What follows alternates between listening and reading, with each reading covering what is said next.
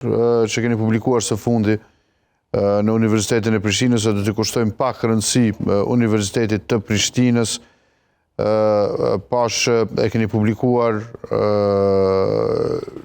një përmbledhje të analizës suaj mbi kushtetutën dhe shtetin. Është një libër me cilën kam punu gati 5 vite, pa i llogaritë të radhitës, që është monografia e Universitetit Prishtinës, i ka rreth 1000 faqe, dhe unë desha ta falenderoj me qenë se botimi ishte shumë i shtret Artinin që më ndihmoi me printu, me botu. Edhe është një libër, ata që e kanë pa këto ditë e kanë lexu pjesë caktuar dhe po vazhdimisht më shkruajnë komuniteti juridik, janë gjona për kushtetutën dhe shtetin që asnjëherë në literaturë shqiptare nuk janë shkru dhe nuk janë elaboru, edhe janë jashtëzakonisht të detajuar të zonë për preambullën janë 150-200 faqe, po e zonë, ose për shkaqet e lindjes së kushtetutave, në thotë, që është tërësisht e panjohur këtu ndër ne. Unë besoj, masandej ka kapitull për kushtetutën materiale, që është po ashtu temë, se me kushtetutën materiale këtu në për libra pak as sa ka këtë diçka tjetër edhe ekziston, edhe ai kuptimi i kushtetutës materiale.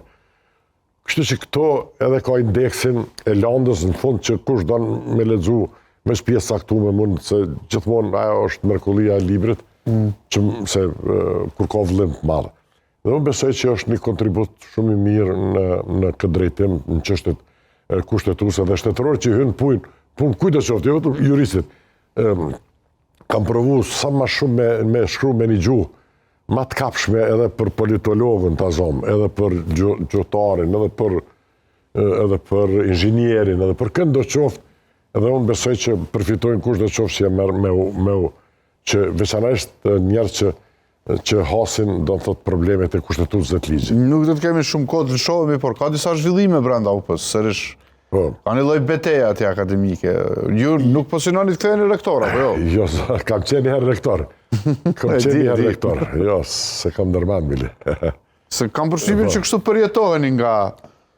Jo, po pra. Përjetoheni si pretendent i përhershëm. Po, shikoni në...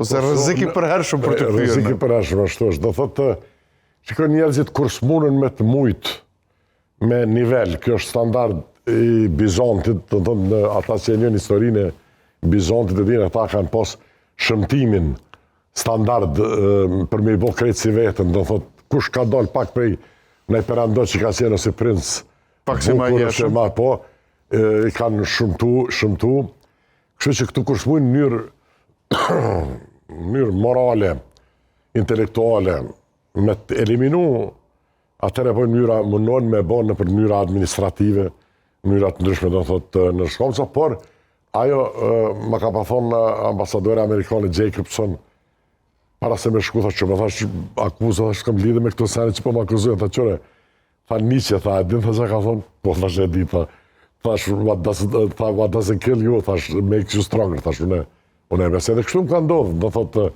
edhe për para, për shkak ndoshta edhe natyres, unë me nej intelektual, ftyrat publike, nuk guxojnë me hesht hajnit, plagiatet, falsifikimet e diplomave, do thotë, sepse ne librat që do thotë që kanë, imsojmë studentët të azom, ki libra, sot që imsojmë studentët, a dini ju, imsojmë studentët fakultet juridik, thotë, vilajeti i Kosovës ka qenë konfederat.